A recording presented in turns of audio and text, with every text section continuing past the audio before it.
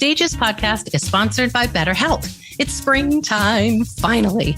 It's a time for renewal and letting go. And one of my favorite things to do is to open my closet and get tossing. I let go of so many things that don't serve me and don't reflect who I am anymore. I make space. And guess what? You can do this with your inner closet as well, as we say in yoga. Relationships, patterns, habits that you have outgrown that don't serve you, well, you get to toss those too. You get to make space inside of your spirit, and you get to decide what you're going to fill it with. It is very powerful, but it's not always easy because growth is sometimes challenging, but it is always good. And BetterHelp can help. A good therapist can give you tools to explore yourself. They offer customized online therapy, either on video or phone chat sessions.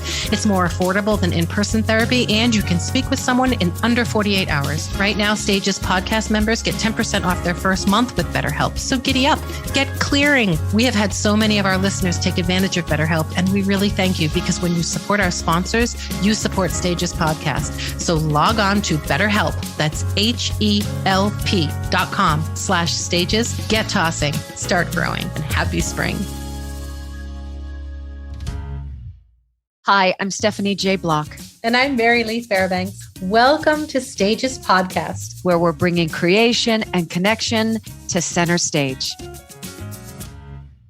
Yeah, I said we may have to give him all new questions, Steph, because he's got all the questions memorized and he's got his answers. No, I've tried to keep, no, I haven't. I haven't planned a single answer. I've been trying to keep my, just. Then let's come up with some new ones. Blank page. Throw him for a loop, Mary Lee. Give him something different.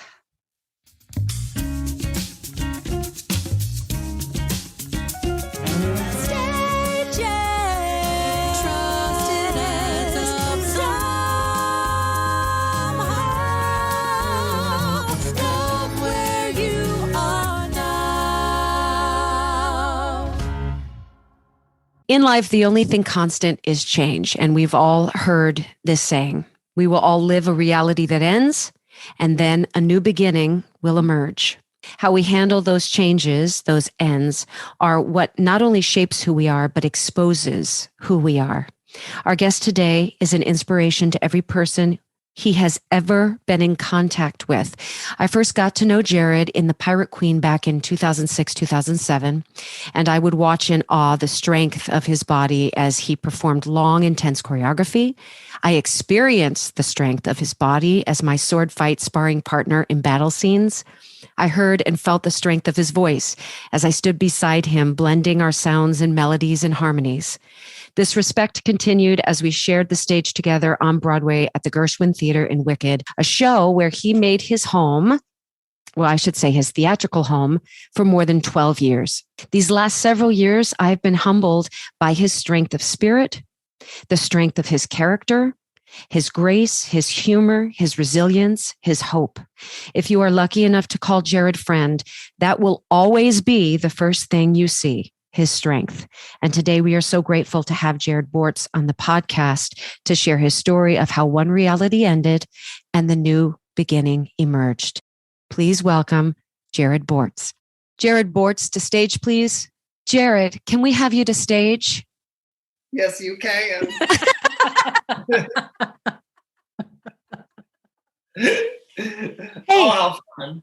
Jerad. Hello. Hi. Hi, this is Mary Lee. Hi. This is Jerad. So great to meet you. It's so great to meet you. Thank you for coming It takes on. me a second to realize that I'm not actually listening to your podcast. I'm just actually talking to you. You are on it, boo. Jerad, I'm going to let you, in your own words and voice, give us as much of your life-altering story. We want to hear whatever you wish to share. I always think plays, musicals that are good are about a moment where somebody's life is divided between before and after. Mm-hmm. And I definitely had a big one in February 2018. I had a routine with my husband, Steven. After the show, he would park the car, across the street from the stage door of the Gershwin. I would probably rollerblade out of the theater because I just, not a second to spare. We have 48 hours and 30 minutes off between ending the show and beginning the next one. And so I was rollerblade across the street, and he would pop the trunk. I would take my rollerblades off, change into my shoes. He would hop into the passenger seat. I hop in the driver's seat. We would drive to our lovely little Poconos cabin. And so we were doing that like we did every other time. And we were 2 miles from our exit, and the car had its own idea of what it was going to do. And we were involved in a single car accident. The car rolled and flipped, the roof crushed. And it's funny, the things you remember in trauma. You know, the brain is a good thing. It protects you from feeling too much pain. And in the moment, I felt no pain. All I said was, it's going to be okay. It's going to be okay. It's going to be okay.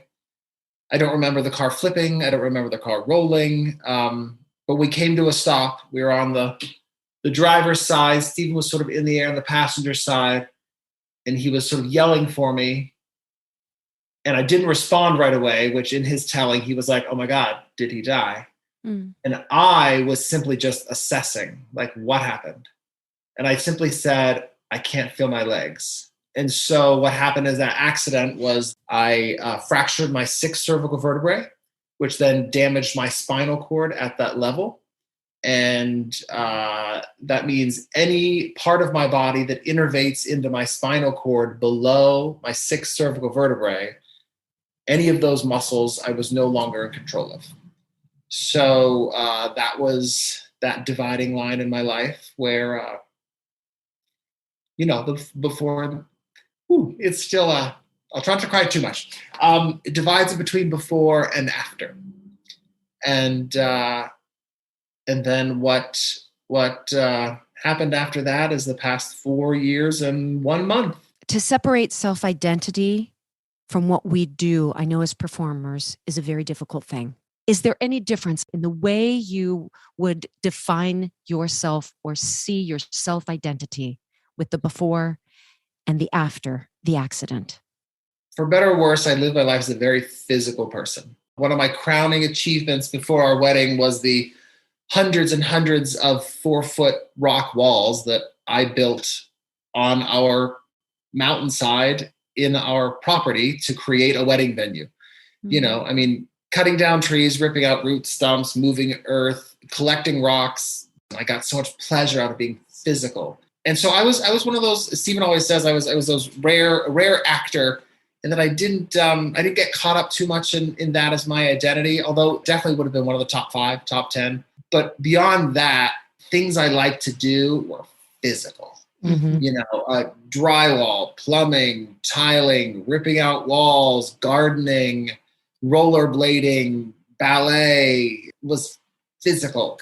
And that is the before and after that, you know, mourning all of those things has taken quite some time. It's interesting that we're talking in this moment right now. I feel like I'm currently out west in Arizona visiting my parents, escaping the Northeast weather. And this trip coincides with a bunch of different things, but I've turned a corner. I've turned a corner in my recovery. And the easiest way to describe it is that before, when I felt joy post-accident, there would always be something that stopped that joy, that reminded me, this horrible thing happened to you. You no longer can feel unbridled joy. It would stop me. I feel like I've finally gotten to a point, and it just happened in the past, like maybe 3-4 weeks, that I feel like I can feel unbridled joy and let it go as far as it wants to go and not stop myself. What do you attribute to that turnaround, that moment that allows you to move past that? Time, therapy, meditation, and honestly, I experienced trauma at age 38. I had 38 magnificent years. It took me till age 30 to feel like I knew myself and I was in my own skin. But those 30 years were wonderful years of, I got to be naive and young and not know things and not know myself and be insecure and learn. And then at 30, I hit my stride. And that was the first year I ever had a birthday party. Because I think up until then, I didn't really know myself well enough to know what I wanted to do to celebrate, and felt confident enough that other people might want to celebrate with me. Wow. So at 38, I had an amazing foundation that this trauma happened to. And so that person, I think, was so alive, and I knew that person so well that the journey back to that core authentic person was easier, as opposed to somebody who experiences trauma at a young age and doesn't have this foundation of a great life. I mean, I used to say to my friends, I literally would say all the time, who's got it better than us?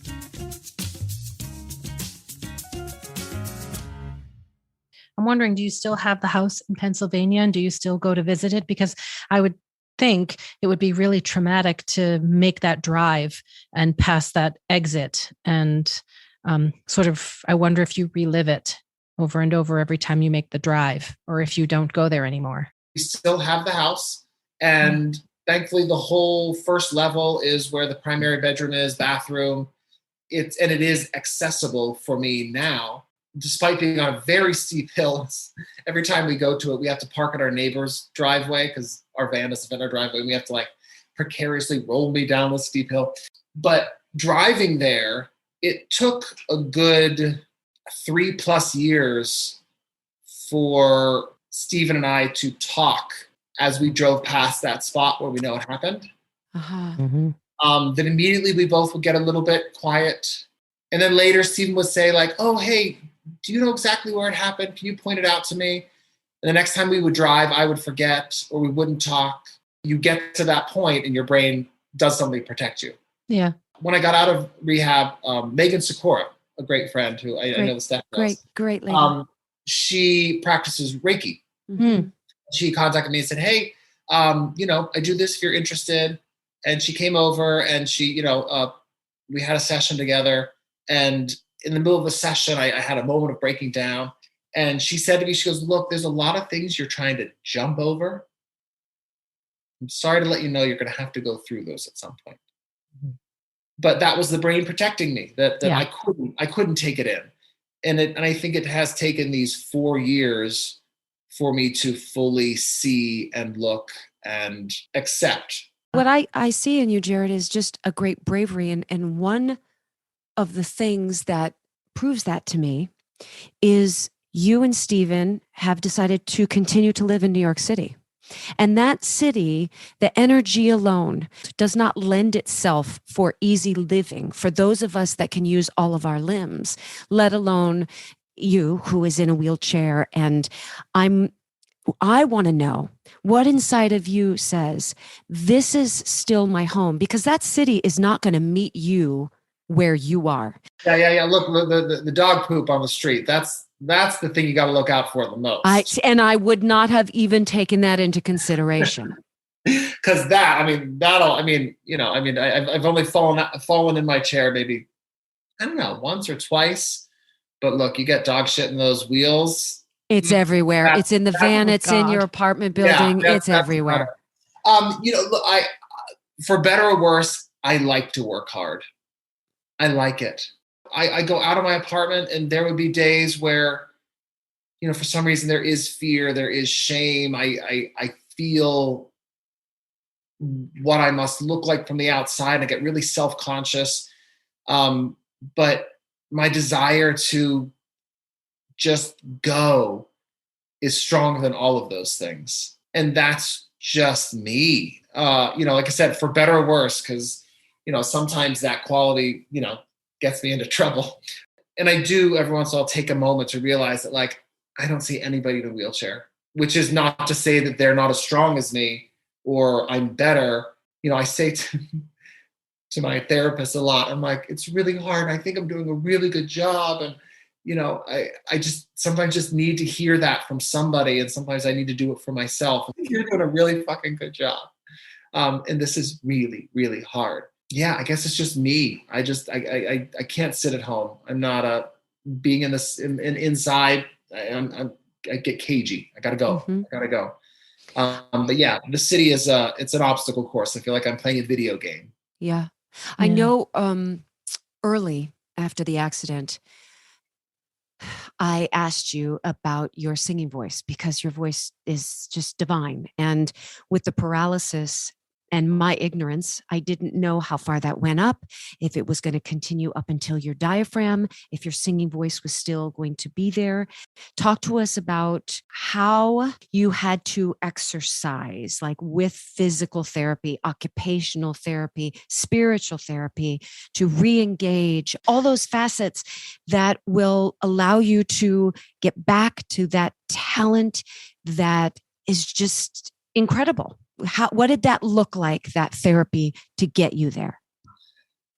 Honestly, the therapy is just doing it. And I've had a couple opportunities to just do it. And again, the love for it was greater than the fear. My friend, Craig Jessup, Breed Love, had invited me to audition for and then asked me to participate in a workshop of a musical he had written called Stew for Silverton, about the first open trans person who was elected in our country. It was a mayor in Silverton, Oregon. And I remember saying yes, but how it was painful. I would have moments in the middle of rehearsal where I just had to turn to a corner and cry and hide and have no one see me and just move on because I love it so much. So the process was just trial and error and moving through the pain, feel the fear and do it anyways. Do you have your full breath control? Do you have? Oh, heavens to Murgatroyd, no. So about from my clavicle down is where I'm paralyzed. And it runs about the center of your arm. So hand function is at C8, so I don't have any hand function. But as far as sensation, I can feel like my thumb, my pointer finger, my middle finger, and then it starts to fade from there. I can feel my bicep. I can't feel my tricep, but I can fire my tricep. Spinal cord injuries are like snowflakes. There's no two alike. My diaphragm does still work. The diaphragm thankfully innervates higher than those sort of like surface muscles. So singing is a much more cerebral event where I have to make plans for breaths. I have to justify breaths, as an actor, you're pausing to think about the next thing. Whereas before you might've just sang it in one phrase, which, I love rehearsing. I'm such a rehearser. I love the planning sets me free. When I've explored every option, I can show up and let it all go and know that I've got a bag of tricks that'll just pop up at the moment when I need it. We're doing a concert to help raise some money for a neighbor of my parents who and I never know what verbiage to use, suffered, incurred, acquired, I don't know, a spinal cord injury. There's a lot of times where I don't know what I want to do next. But when I can be in service of somebody, especially somebody who's going through what I'm going through, the answer is a quick, easy yes. My mother had been bothering me for weeks about, are you going to do a concert when you come out to Arizona? As if, just doing a concert is something that, we just wiggle our nose and we'll just Shazam, throw that together. Got a show. and I dug my heels. I was like, no one needs to hear a concert from me. No one needs that from me. We got out here and she saw above the sky. I was like, okay, well, I guess we're doing a concert. When you lost the physicality of the expression of creativity, so that's the way you expressed your creativity the most, was through physical endeavors. Did you find that creativity morphed into some other expression for you? Did you start to write or paint or some other creative expression that maybe you wouldn't have tapped into before because it was expressed so easily through physicality? There are a bunch of things that I possessed but didn't cultivate. And one of them is, I got a great BFA in acting. I went to Ithaca College and, the musical theater students were in the same exact curriculum as the BFA acting students. So it's really a BFA acting studio. And then the musical theater kids, us, would take dance classes, sight singing classes, voice classes in addition. So there's been this actor in me that just hasn't had the chance to flex his muscles. And that's something I get to lean into. I did a good bit of writing. I get to lean more into that. I directed some. I can lean more into that. I enjoy talking. which maybe you'll realize by the end of this podcast. So all of those things were already there. It's just a matter of turning my attention towards them and leaning into them and realizing, and look, I'm so grateful that I built those rock walls and I love them so much. I don't get to do that again. And I get to just turn my attention to something else. I'm looking forward to when the space presents itself. That's right. 4 years is not a lot of time for an accident of this magnitude. Healing is never linear. So, I hope that you can hear in our voices, you are doing a fucking good job.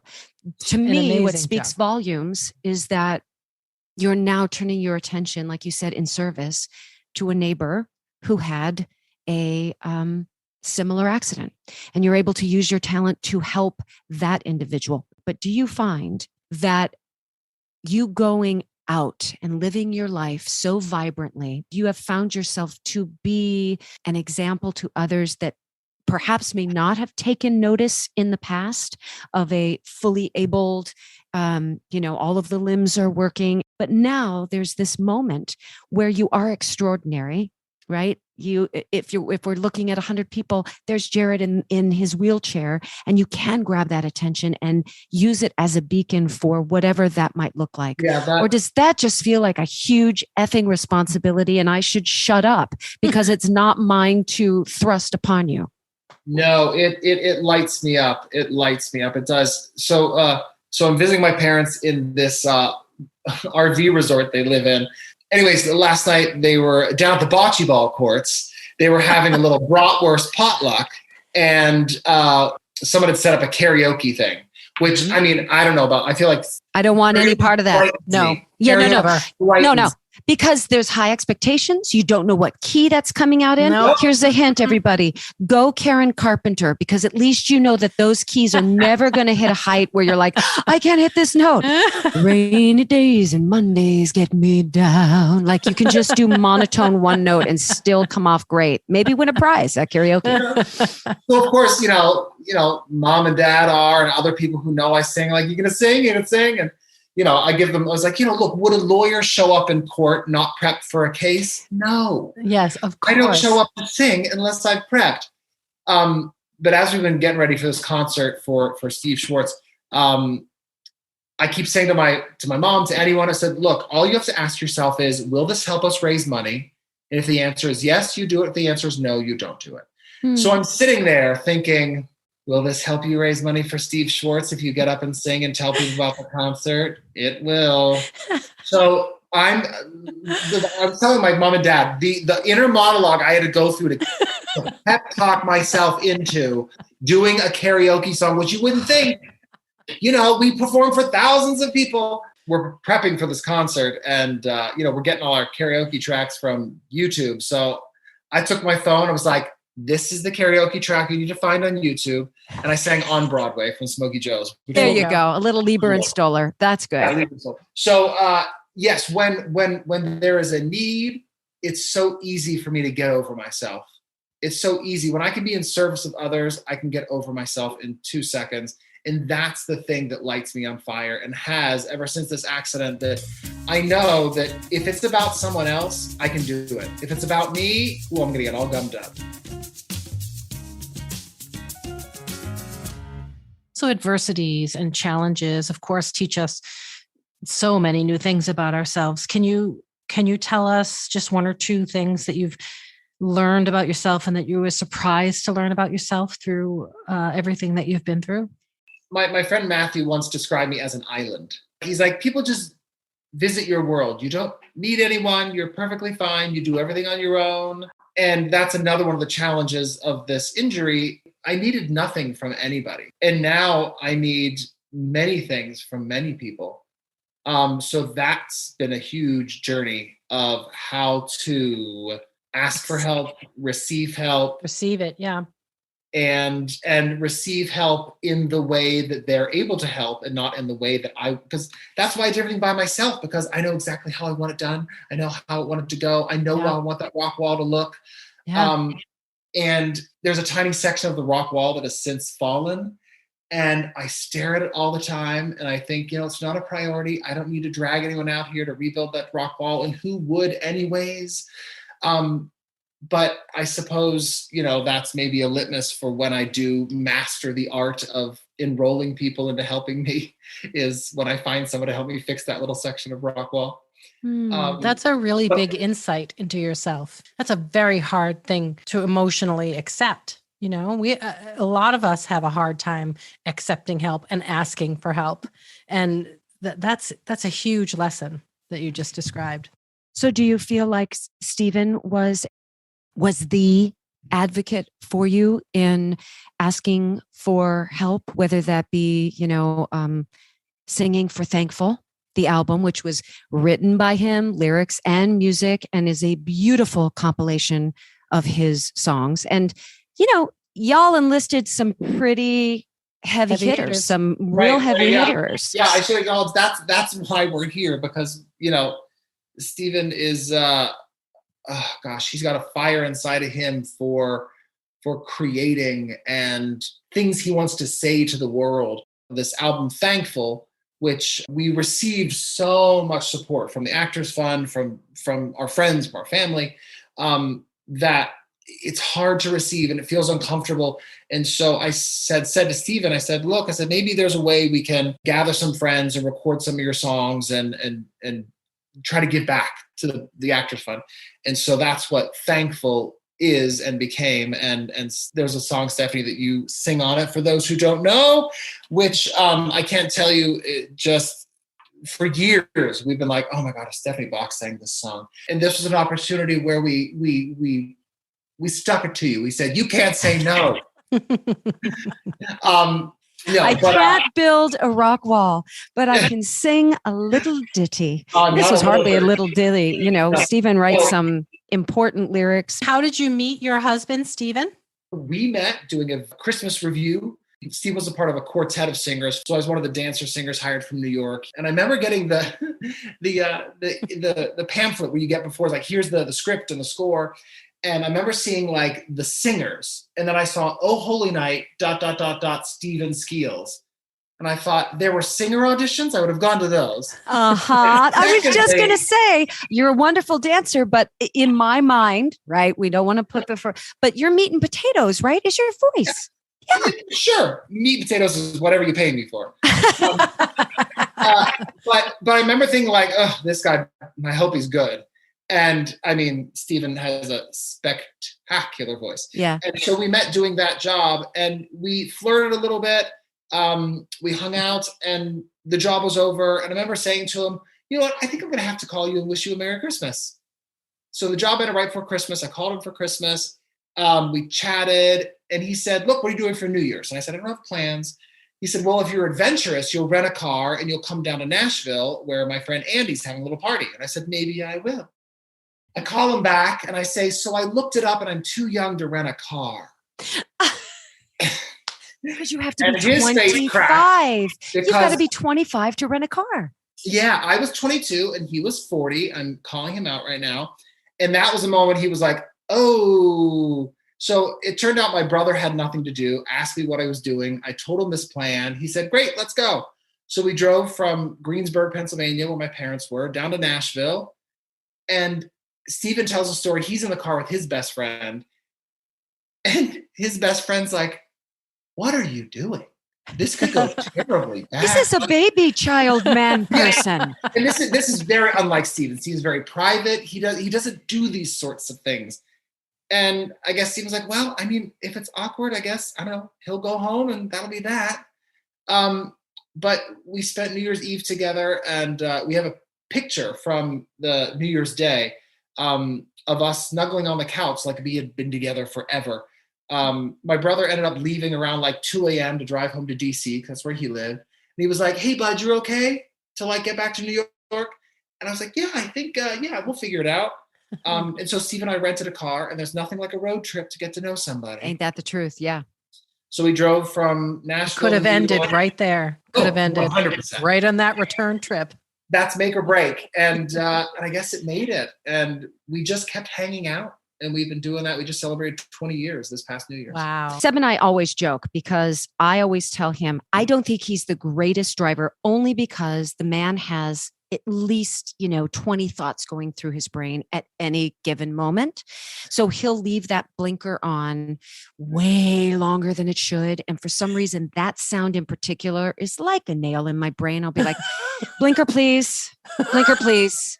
Not to put it on, just to turn the damn thing off. Then I'll be like, that looks like it might be the last Chevron station for about 30 miles. Think we should get some gas? So he's like, this would have never worked had we been on a long road. Yeah. But for him, if we're in parking lots, that man will like circle around, look at the one that's real close, decide that's not the one, do 4 slots later and be like, no, I don't like that one. I'm like, just park the damn car. And I said, if this was a first or second date, we never would have gotten past this moment in the parking lot of TJ Maxx. Wouldn't have worked. On our honeymoon, we went to Italy.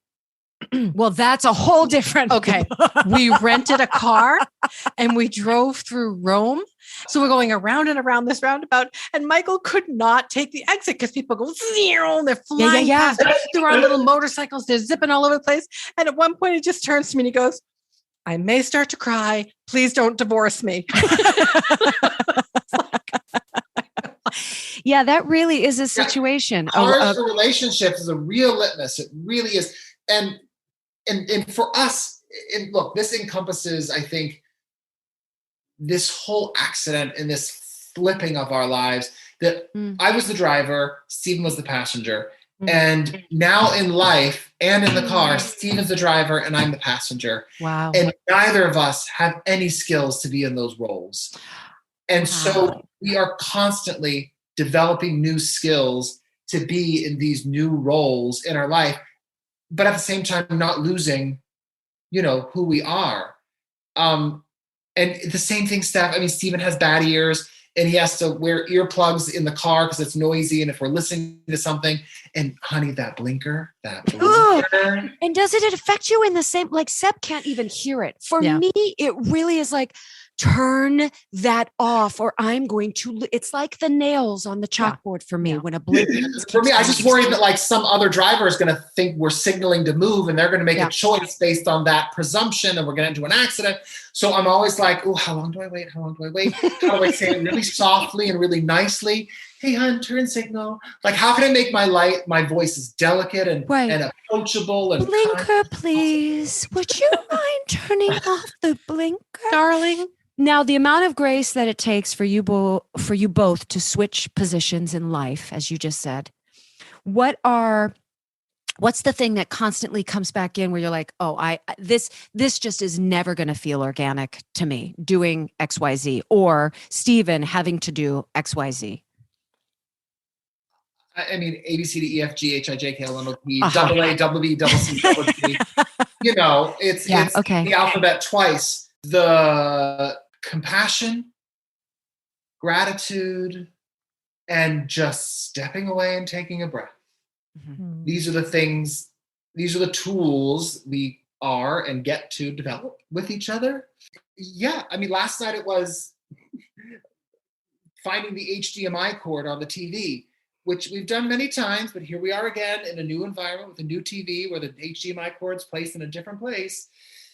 And, how do we navigate this, difficult thing that I used to do, like, blindfold with my hands tied behind my back while Stephen was, reading his, texts. And now I'm staring at him while he's doing it nervously. Right. And giving directions and guiding, but you physically can't do it yourself when all you want to do is physically do it yourself. While Stephen has absolutely no interest in the H. Yeah, right. And that's why our relationship worked out so well. He had no interest in how these things worked. And I love knowing how they worked and doing them. And now, wow, we're fucked. But, you guys say it over and over again, and let me just say it loud for the back row that might not have heard it. I mean, if you can, and I have the benefit of 38 solid years, if you can get to the point where you see challenges as a way to grow, I now possess superpowers. Yeah. Mhm. I possess superpowers. And they're not ones that are like right at my ready, but I know that I have them. And I know that they are because of this equally awful thing that happened to me. Mm. And I invite anyone that if something awful is going on, there's a way to get to the other side of it. And when you're on the other side of it, my goodness, watch out, world. I teach this Kundalini class, which I don't know if you've taken Kundalini, but it's all about breath, right? So it's all breath work. It's hardly ever a pose. And at the end of the breath work, you take a deep inhale and you hold the breath and you squeeze. And I tell people, well, we're going to do it once and you hold the breath and your brain is going to say to you, I have to breathe, I have to breathe, I have to breathe, I have to breathe. You can't hold it anymore. And then you breathe. And I said, when you go back in, try not to let your brain let its preconceived notions tell you what your abilities are. Try to go past that chatter and you'll be amazed, because at a certain point, this calm washes over you, even though you haven't taken the breath that you think you so desperately need. It washes over you and you enter into this other space. And then we keep trying it until they start to feel that, oh, wow. Because we have these preconceived notions of what we can and can't do, what our abilities are and aren't. And not only in the physical, but in our emotional life, in all of our aspects. And you seem to be able to go to that space, get past the chatter of it, and then allow yourself to drop into this sort of state of grace. And I think that's a really amazing ability. To sustain it, even just for a brief amount of time, really does help recharge and renew, because no one is to be expected to constantly, like you said, be in this elevated and holy space all of the time. Right. That's just not to be human. Yeah. When I have a something tough happen, something go wrong, it's a day is too long to say, well, that was a bad day. No, it's too long. It was a bad moment. Yeah. And at any moment, we can have a new moment. Can you speak to one moment that in that moment you recognized as being something very, very special? One moment after the accident. I remember having brunch with my friend Meredith, who has done a lot of work on self. She was also the first person that helped me understand how a person can just witness your grief. And that is such a blessing. They're not going to fix it. They're not going to change it, but they can just sit there and hold it with you. Hold that space. Yeah, hold that space. And we were at brunch one day, and I just was so moved because I thought, I'm glad I'm alive for this moment. Because there were many, many moments in the first couple of years where I was very not convinced that being alive was the better outcome of that accident. And so there are these moments where I can say, you know what? I'm glad I'm alive for this moment. Yeah.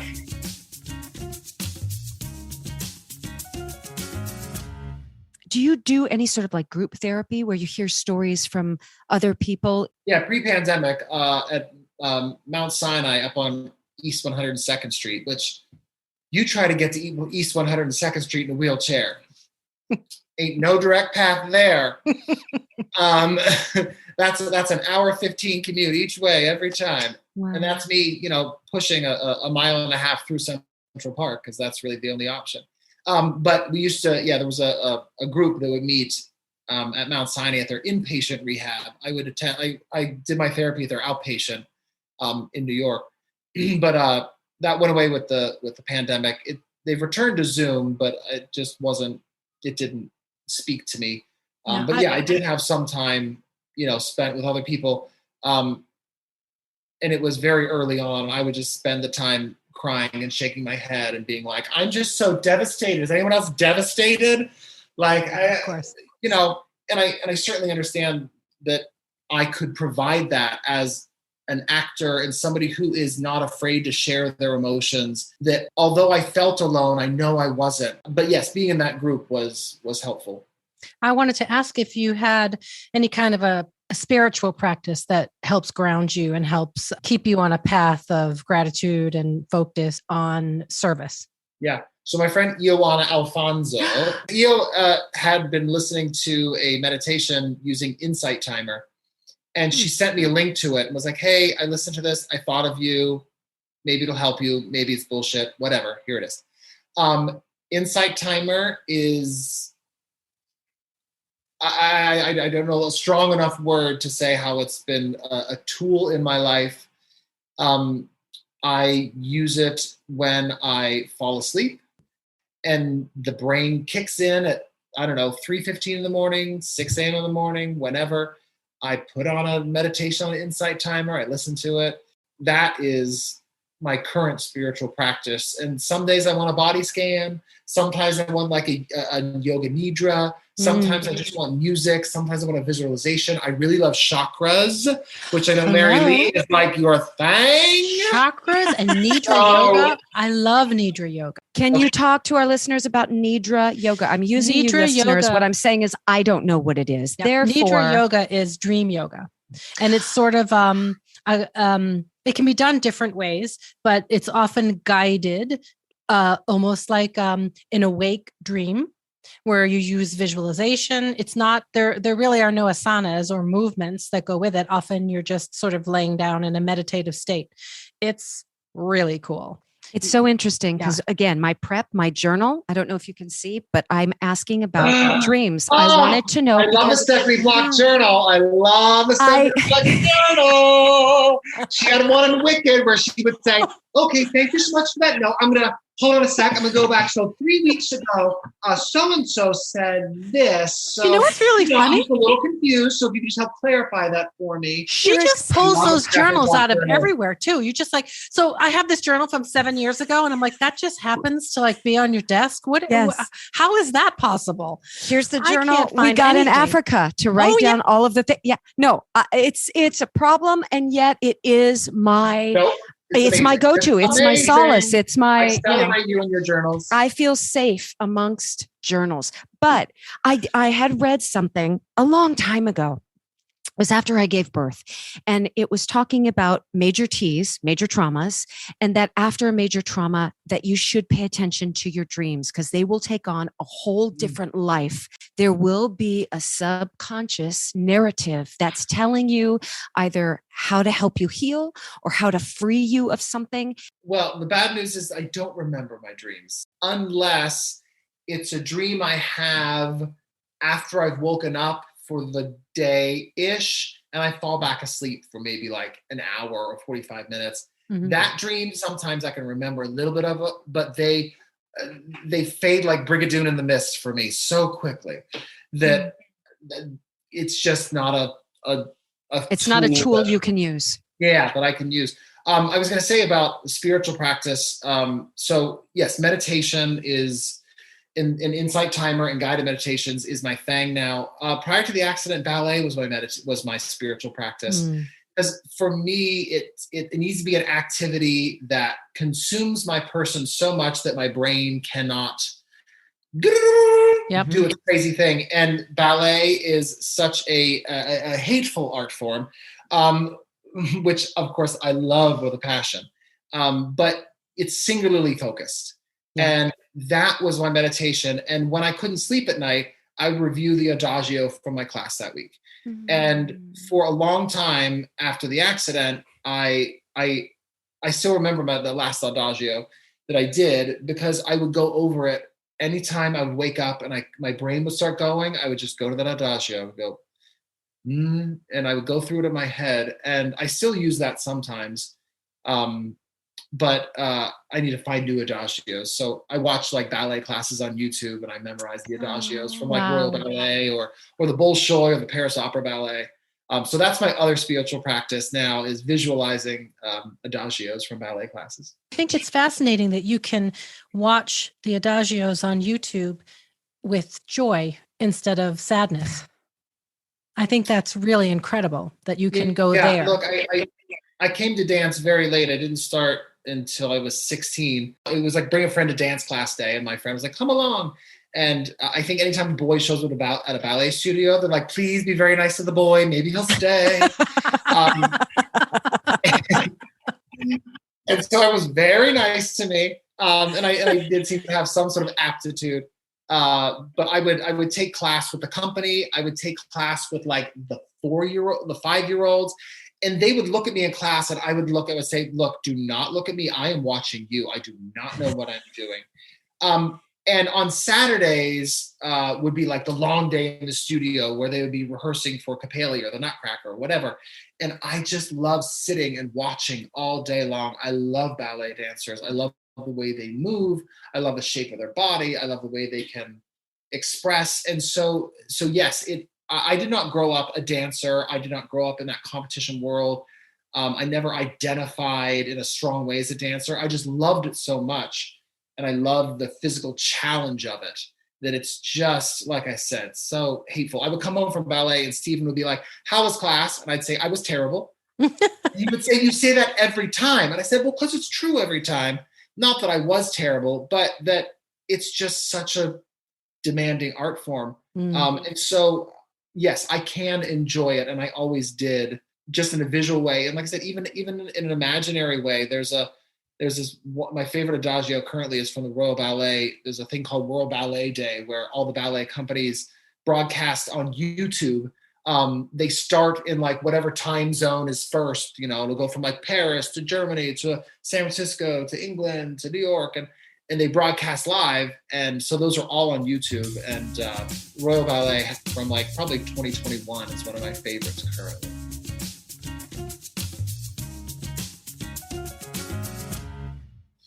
Steph, do you mind if we talk for a second about your storming the barricades of Kessler when I first arrived?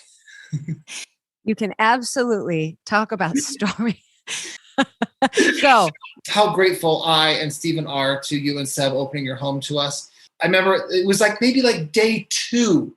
Stephen was like, Stephanie keeps calling and she just keeps calling. So, and you showed up just saying, look, I just feel called that there's something I can do to support you. And that's just why I'm here. And that's why I'm being insistent, because this voice will not, it's there and it's loud. It's there and it's loud. And you were not wrong. And you and Seb opening your home to Stephen and also to my parents was such an amazing thing that I just want to say thank you.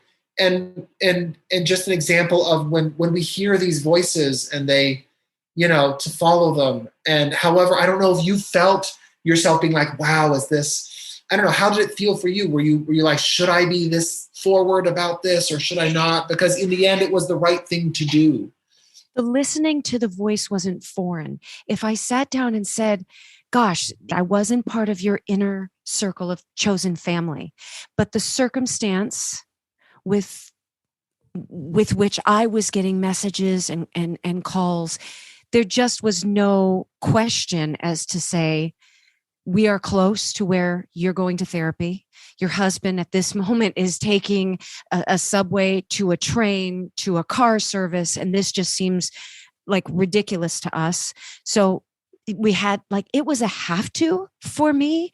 I lost someone I loved very much to a car accident, and that you were alive at the other end of it, and that your husband wanted to be by your side and be with you every single day, spoke volumes to me. And I was like, we have to facilitate for them. They have to be together, and then I felt the gift was returned in watching this beautiful relationship where Stephen would get up. Sometimes I'd drive him to Kessler. Sometimes he would find his own way there, but it was 8 hours a day, 10 hours a day of him being by your side, decorating your room, the two of you talking, almost like, conspiring about what was next for the healing, what was next for the future, what was next.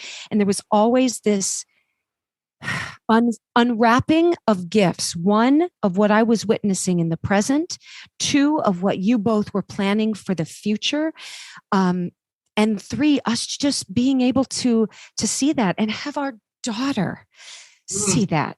To have Vivi witness a community that's saying, hey, we're here and we all have to work together to make this happen.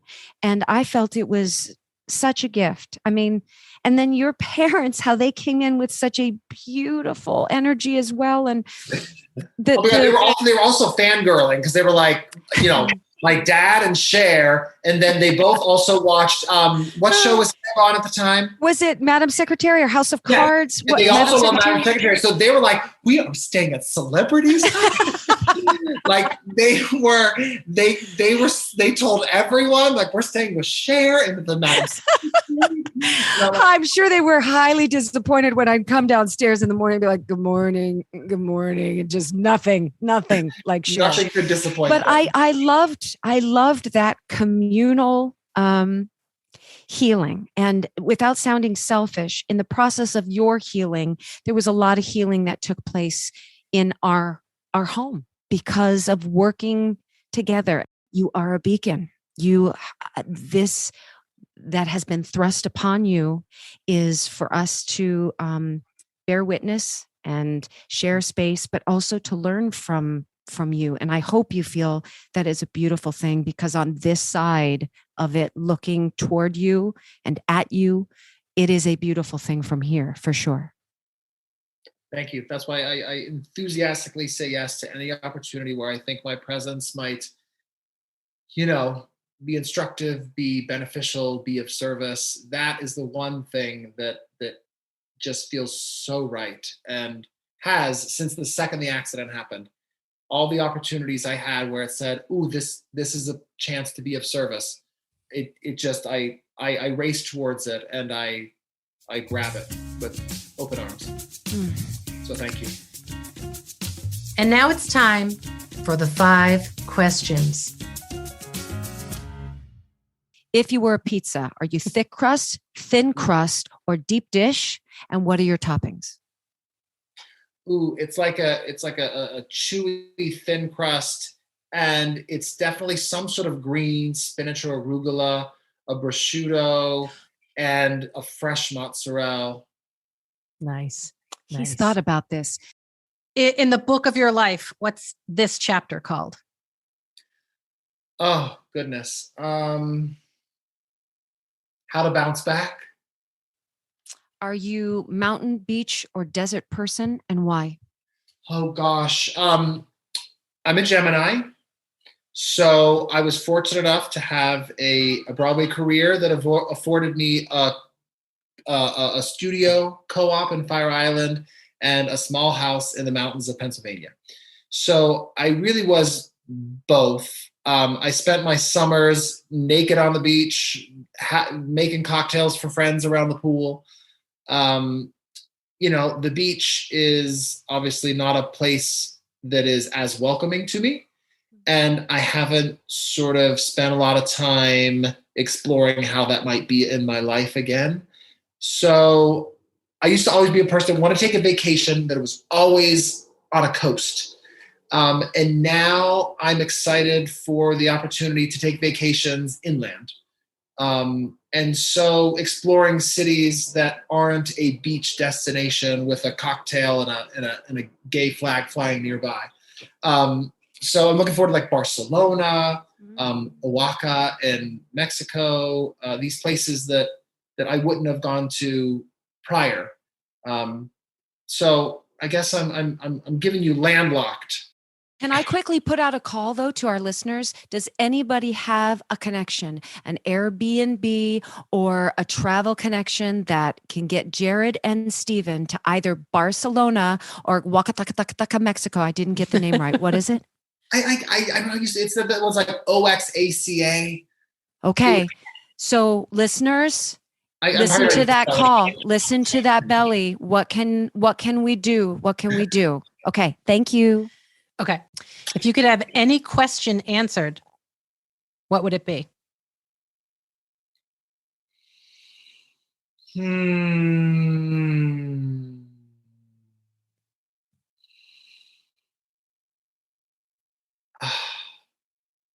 Why are some people's loads so heavy? I think Stephen often gets caught up in the fact that, he believes in reincarnation because it helps him make sense of why somebody is currently born in Ukraine and somebody else is born in Santa Barbara, California. Yeah. So why are some people's loads so heavy? Why? We wouldn't be our brand if we didn't finish our 5 questions.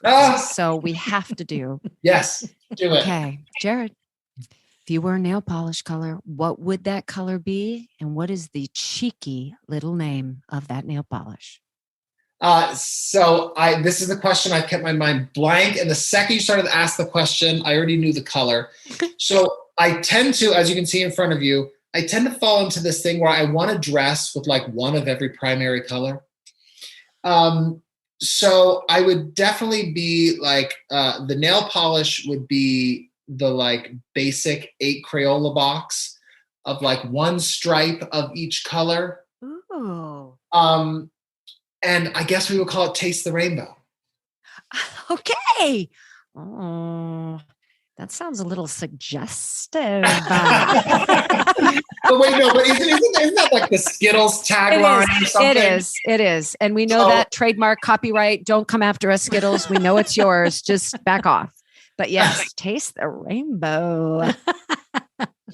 I love spending this time with you. I miss you.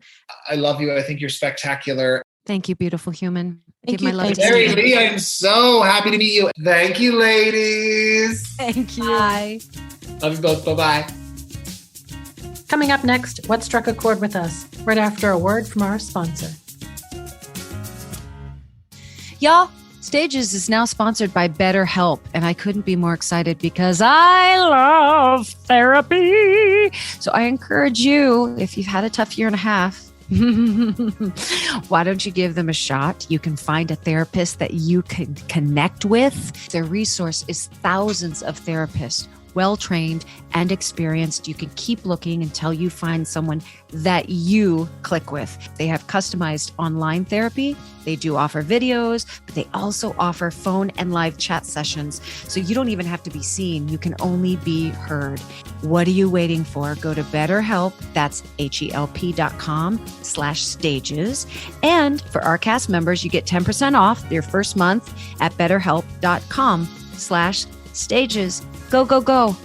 Go find your healing. Go find your happy. Stages podcast is sponsored by BetterHelp. That's HELP.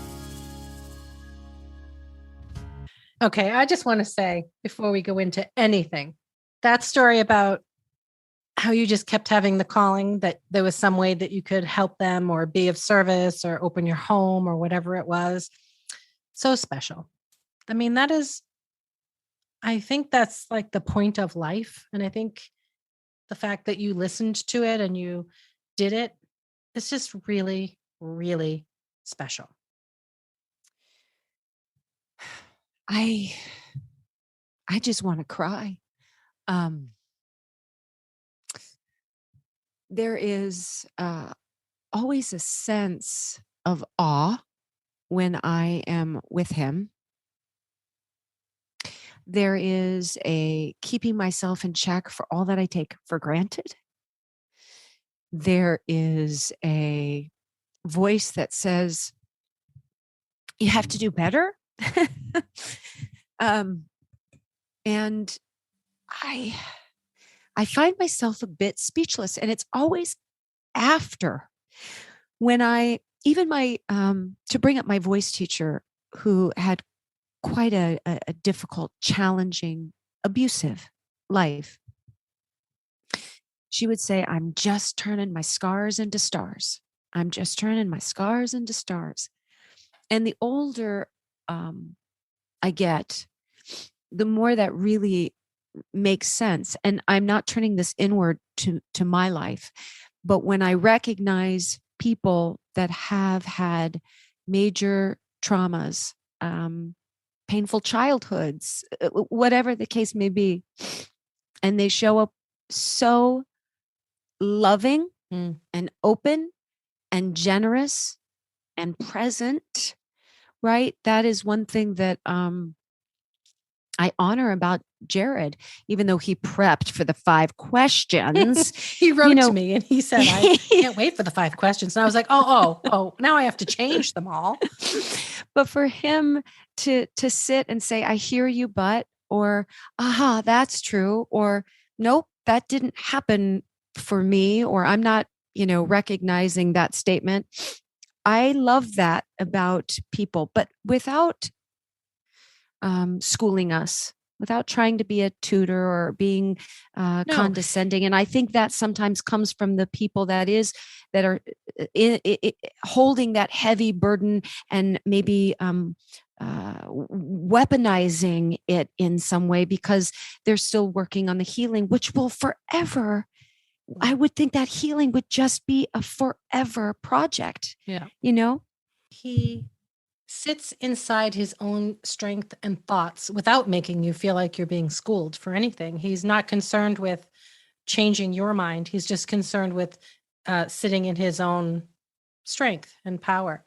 But I wanted to ask you a question, and you don't have to answer it if it's too personal, but when you say that you have the calls, what are they for you? How do they show up for you? Is it in the form of dreams? Is it in the form of a persistent chatter? What is it? It's persistent chatter. It's, I don't sleep.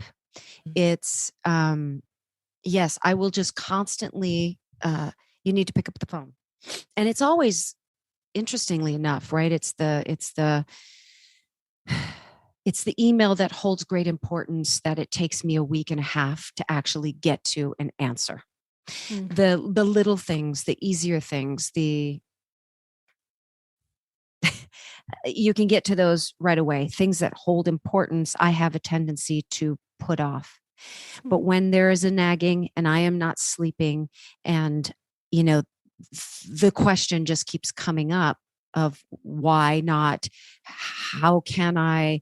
Doesn't there seem like, because again, like he said, I wasn't one of his best friends. We've shared the stage together. I certainly had great admiration for him. But I had met his husband, Stephen, maybe twice. So to look at Seb and say, I think we need to open up our home and have Stephen live with us for however long this may be, Sebastian wasn't taken aback, but it was kind of like, oh, okay, if you feel like that's something we need to do. And, going back to regrets, it's always the not doing, the inaction that brings such heaviness to my heart. And there have been a few times where I haven't said what needed to be said. And I think I even mentioned in that Daniel Pink interview that some of the things that I didn't say or do was with the person that was in that car accident that then didn't live through it. So if there is this voice of what can I say? How can I do? How can I help? And I don't see somebody else stepping up to, because we also have a tendency to say, oh, well, so-and-so's got that covered, or I know that they're going to take care of that. But if I know that singularly God has placed me right here in this moment with a house that has an extra bedroom that just happens to be in the neighboring town where Jerad is going to physical therapy, don't all arrows point to, you better open up that front door and let Stephen live in that second bedroom. I mean, who else has that all laid out for them? And that's that. But usually for me, it's sleep. On a grander scale, if I'm not sleeping, you better act. When he was talking about learning to receive, how challenging that is for him. Yeah. I remember I used to not be very good at receiving help or gifts or compliments or care. I still struggle with it a little bit. I'm really good at giving it. I give it all the time. Do you feel like it comes with some sort of strings? Some strings attached? It's not that. It's a self-worth issue. It's, I shouldn't, I don't deserve. No. But I remember having someone say to me, and it was really simple. They just wanted to buy me dinner. And I was like, no. I got it or whatever. And she said, when you refuse a kindness or a gesture or a gift, you're actually depriving me of the joy I feel by doing something nice for you. And when she said it that way, I went, wow, I never thought of it that way. That by not graciously receiving what people would like to give you, you're actually taking joy away from them. And I thought that made such an impact in me that I learned that when someone gives me a compliment, instead of saying no, I say thank you. Or if someone wants to give me a gift or a kind gesture, I say thank you, which was big for me. But it was just a little statement from her that changed my whole perspective on receiving kindness. Jerad is I think, a very unique human being because of wanting to be of service after an accident like this. Mm-hmm. I don't know many people that have been paralyzed in my lifetime. I certainly now recognize the world in a different way because I do know and love Jerad. But when Jerad said, going to the beach, he said something like, it's not, they don't welcome me there very easily anymore. Yeah. And I had never thought that wheelchair accessibility to the beach. When I said, Jerad Bortz to stage, please, Jerad to stage, I could only maybe think of one theater that would allow Jerad to easily get to a dressing room or to a basement or to the stage. Mm-hmm. It gives you a new perspective. Yes. About just stopping to notice the small things and realizing that you never really understand other people's struggles. We don't. We take them for granted.